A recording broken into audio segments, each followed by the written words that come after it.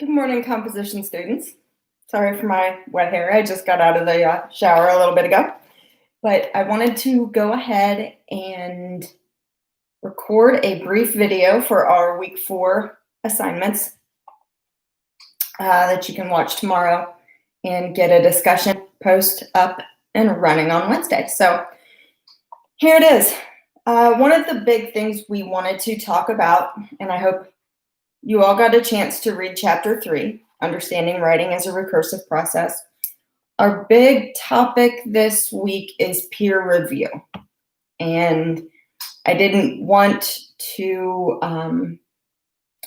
make that seem a little bit too much. I know being the editor on others' papers can be a little daunting.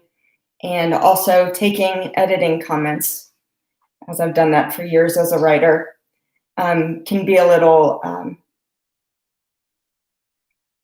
hard to do. So I may take down the discussion post for this week about creating a peer review for someone else's personal narrative.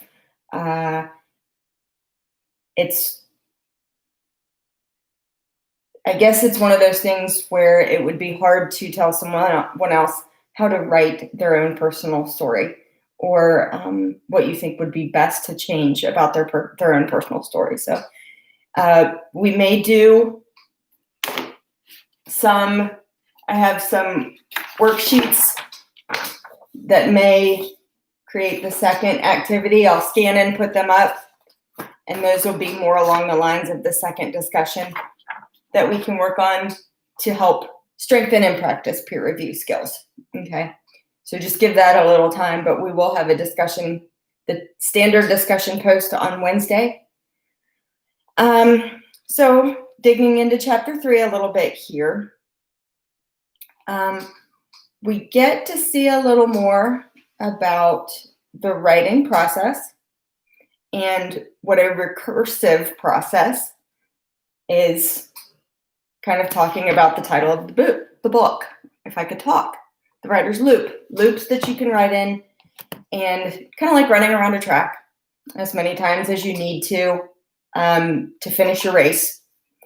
So you may plan carefully with that outline you create. You may have all your points laid out, and then sure enough, you get to your rough draft and something's missing, or something just doesn't sound right, or anything. I will provide a link to the video on page 51 in case any of you have trouble finding that.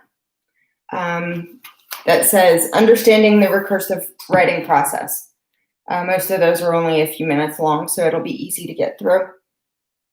Now, I know the narrative writing assignment was pretty open-ended. You got to choose a point from your own life that was important to you, where you had to try to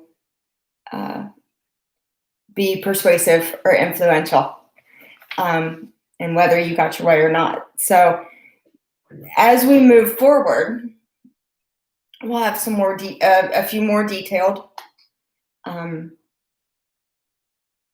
assignments and projects where, say, like on page 52 and 53, you'll have all of the details of what kind of project you're writing,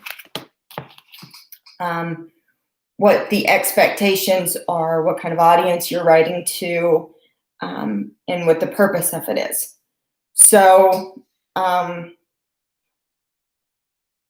just to keep in mind that the narrative is not kind of the narrative essay, the way that we started the semester, is not necessarily the standard, but it was a good practice to help everyone open up and start to get to writing. Again, I know we've probably all had quite a bit of time off classes. With the summer having passed the way it did, and having been kind of locked down in quarantine for so many months. So hopefully it'll get a little easier. So, and one other thing that will come along as you continue working on your loops and your drafts for assignments in the future, if ever you have questions on these assignments, the requirements, anything that's needed, remember that you have all of my contact information, okay?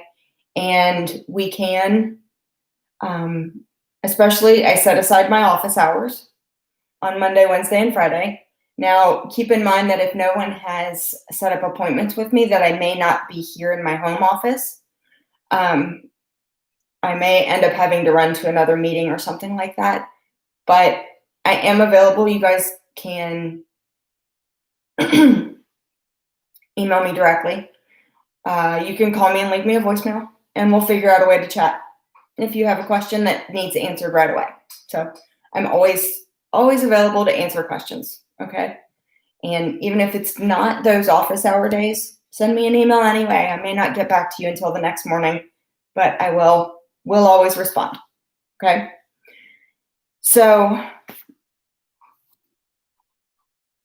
moving on. So we move on to page 54, where they talk about the 5 components of rhetoric. And rhetoric is actually back in chapter 2. We'll be moving on to that. We'll be talking about that a little bit more in the next unit. But rhetoric is the way that you use speech. You've got context, purpose, audience, tone, and genre, okay? And in the order that the authors provide them, we have purpose.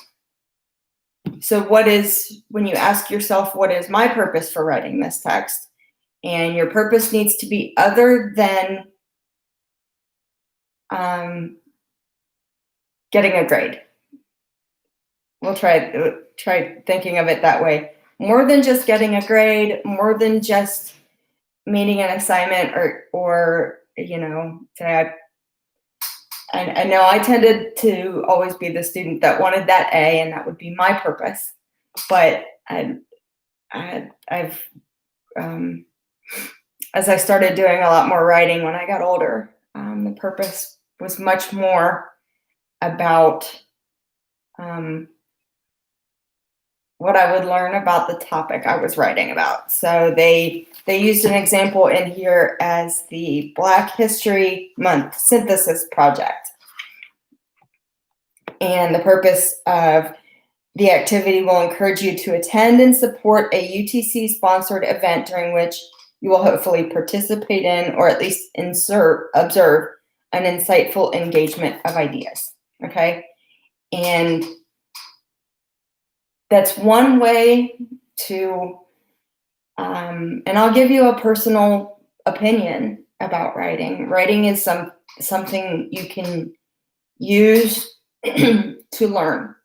You can use it to learn about any subject or topic, any industry or field. I write for companies who are all across the world in all different industries, and it's been a wonderful experience because I've had had the ability to learn about a lot of different topics by getting to research them and write about them. Okay, so that's one of the reasons why we were talking last week about the best way to choose a paper topic is something that you're interested in and that you're going to want to research well. Okay, so will it persuade, inform, entertain, or fulfill some other kind of purpose? And hopefully that's learning more information. So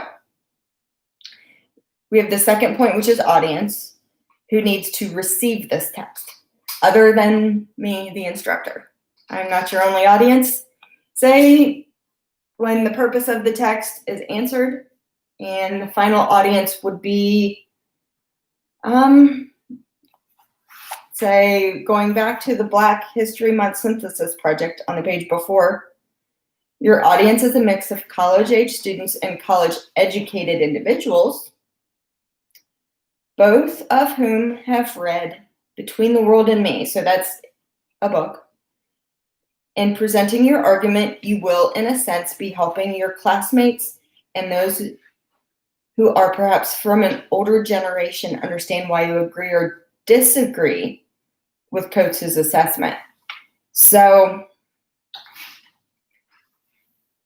here's where it's important to understand that moving forward, you'll be making a claim or an argument in your papers for a specific audience. And that's why the idea of talking about the persuasion in an argument from the personal narrative was important to help us get started and get rolling on the papers that we'll be writing in the future. Because your thesis is almost always a claim or an argument. And then you have to lay out your key points to support it. Now, next, I also talk about the tone. What kind of attitude do I need to convey in this text? What kinds of language and formatting choices can help me achieve that tone? Granted, a lot of times when we take an argument or a position on something, we can sometimes feel very strongly about it, but you have to make sure that you're making yourself sound educated and well-read.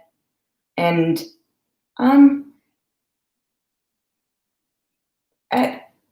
I would align academic papers with professionalism a lot. So you have to make sure that you keep your language very educational. And that's one of the reasons that I tried to put together, if you have seen it yet, if you've seen this unit yet on our Canvas page, there's a small presentation for you to use when it comes to editing your own narrative essay this week to help with some key points on grammar. Now, that's definitely by no means a be-all, end-all, but it was just some simple things about punctuation and other stuff like that. It's only about 6 pages long, but it'll help give you some examples of some things to keep an eye out for when you go through and edit your own narrative essay. So then you also have genre. What form should my message take to achieve my purpose and my audience? Does my text need to be multimodal? Now, the question of multimodal, when do you need to use multiple modes of messaging to present your argument? We most likely say, would you be including if it's a digital file, would you be including images or videos embedded in it, or would you be combining both a paper and a presentation? We most likely will not do that because we're all online here and we're kind of limited in how often we can communicate, and we don't necessarily get to sit together in a room and make presentations. But if you think that a topic for one of our assignments later would be better supported by some images that you found or by a presentation that you're creating to go along with it, we can always talk about that, because that'll give you some practice for your future in other subjects as well. Because English tends to be only papers written on Microsoft Word pages, and I know you guys are probably going to have to do plenty of presentations, videos, things like that for other subjects, okay? And context. What's going on in the world or my community in relation to what I'm writing about, okay? And how could this context affect the way my audience receives my text? Excuse me. I think we're all pretty well aware of what's going on in the world right now, and it's affecting so many different things. So quite honestly, a lot of the topics will come up with later for our writing assignments will have to do with what's going on in the world. So, and the different loops that you'll want to make, remember that we often get stuck. Sometimes you have that brain freeze when you are working on a paper. I know that I still do. It still happens to me after many years of working in this field. But if you're stuck, you may want to, if you find that you've hit sort of a roadblock in moving forward with your topic, you may want to go back to the last page in your paper where you felt like you were typing easily and the words were moving, because as you evaluate your own work, sometimes it's easiest, and I believe I've said this before if you remember it, it's easiest if you take a few minutes away from it. You can mark that spot and where you remember you were last working very easily. Take a break, go get a drink of water, go do whatever, something else that you need to do around the house, or maybe you have another task or something to do for the day. And if you take an hour or so away from it and you come back and you start reading forward, there will all of a sudden be some place that you realize, oh, my language started to change here, or this is a place where I might be able to change what I'm saying or the way I'm saying it. So that way the hardest parts get easier. And instead of forcing yourself forward with something that maybe doesn't make sense, which sometimes that's easier to do. You think that if you force yourself to just keep writing, but unfortunately, when you go back to edit the entire paper, your entire last half will end up not matching what you were trying to say at the very beginning, if that makes any sense. So you have more to edit in the end than if you had just stopped where you realized you were having trouble and taken a step back.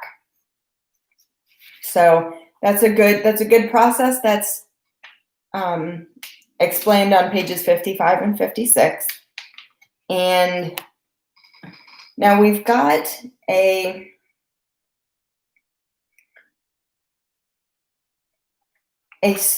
another video called Writing with a Recursive Process and Understanding Lee's Working Draft. Now, last week we had a working thesis, and now we can have an entire working draft, which is very, very, it's nice to keep a working draft. And quite honestly, to keep different versions or revisions of your draft as you keep going, because you might realize that if you start deleting everything too quickly and saving it again as the same document, you go, oh, wait, I did have something really good in there before, and you don't remember what it was anymore. So there's that. Or if you are a handwriter and you like to keep printed out drafts, you can always do that too, because that's one of the things that's here, page 58 and 59, a student's working draft of a literacy narrative. If you see, they've got their marked out comments for themselves. Now, one of the things we're talking about this week is peer review as a step in the loop. Those would be, say we were sitting in class, if we had our face-to-face class, those would be something where you would just bring a plain printed copy, and you all could provide some very simple comments to one another, either on an extra sheet of notebook paper or over on the side in the margin, to help with, say some things that help with peer review are showing someone from a new reader's perspective. Any places where a reader might question the language or question the organization, or where the way the paper is being set up removes clarity. So those are the easiest things to do from a peer review. It's if there's maybe a word that doesn't seem too clear or doesn't seem to fit too well with a paper, you can underline it and say, and present your question to them. If you can always be helpful and catch, those silly little spelling errors that Word is not always going to catch. Say you meant to put your, your dog, your purse, and then you put you, or, it's not going to catch that. There are tons of others. It's and it's, IT apostrophe S versus ITS. It's not always going to catch that. You might sometimes get the grammar, the little blue grammar line underneath, but you're not always going to get it. So it's a good thing to have a fresh pair of eyes to look at a draft of a paper. Okay. So, and then quite honestly, once you have received those comments, I will always, and I believe I've told you this before as well, I will always provide you all with at least a little bit of feedback on your rough drafts, which rough drafts from the personal narrative were technically due last night. I emailed you all this past week. I know we have a holiday weekend, Labor Day today, so not requiring anyone to be in class. And if you don't turn it in until tomorrow, you're not hurting any timelines. I'm not going to call anything late, because I'm sure we have a school largely of people who do not live on campus, and if you had family gatherings or had to work, trust me, things get crazy around the holidays. So, but there are some great points here on page 62 about adding, revisiting your draft to make it better. So in all those loops you keep going around, again, a peer review can help find some of these things.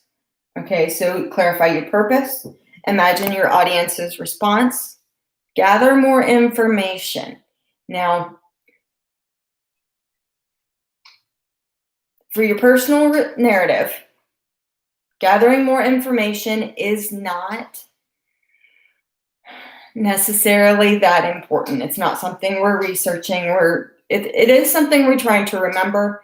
And trust me, please do not worry about sharing excessive personal details that you're not comfortable sharing. okay? But go ahead and put as much of an explanation in there as you feel comfortable with. But when it comes to our later projects where you will have to do research and citations, if you feel that more support is needed, then guess what? It's going to be time to go dig up another research item, and we'll get some practice with the online library before too long. So clarify your thinking, review your organization, delete ineffective parts, and check the tone. And ineffective parts, a lot of times, I know I'm guilty of it just as much as anyone else.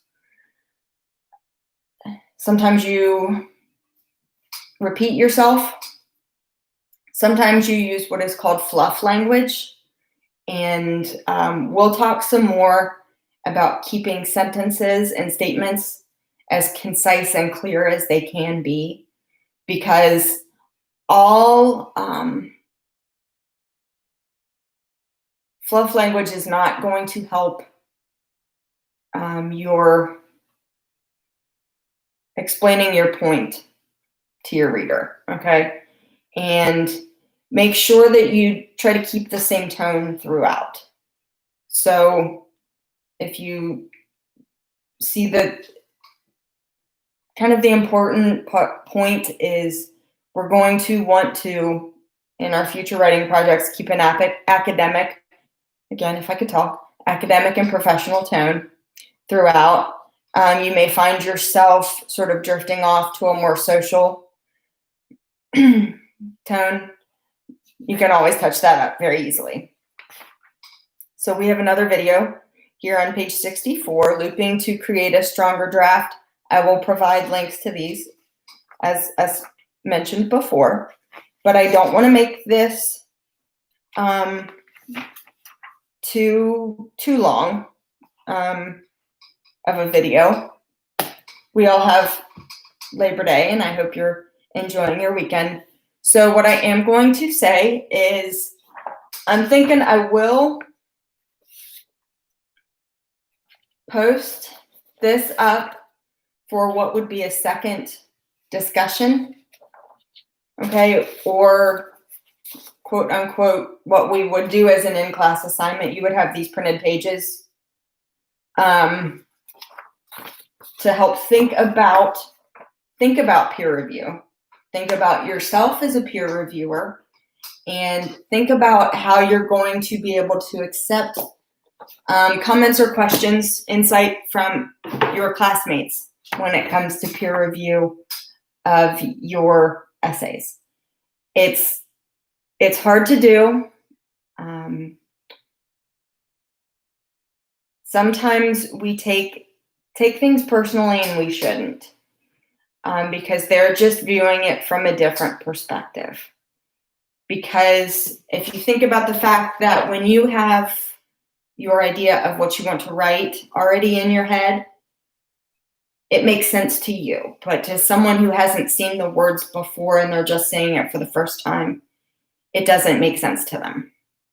So they may be able to point out something that could use clarity, and that would be a good time to, and that's why we have things like Teams, stuff like that, so that you all can message one another to chat about peer reviews, or you can use the discussion board. When you peer review, you can message back and forth, okay? So again, this will end up being the second discussion or in-class assignment for the week. I don't want you all to worry about reading each other's or assessing each other's personal narratives. So that's actually, it's got a lot of reading information on it, and then you can sort of assess what you yourself think about peer review and how you'll be able to handle peer review. Okay, so enjoy the rest of your day. don't worry about reading. I hope you all don't necessarily need to see this until tomorrow. And make sure to turn in your rough drafts. Tuesday, I will probably start grading about lunchtime. So get them turned in. Okay? Happy Labor Day.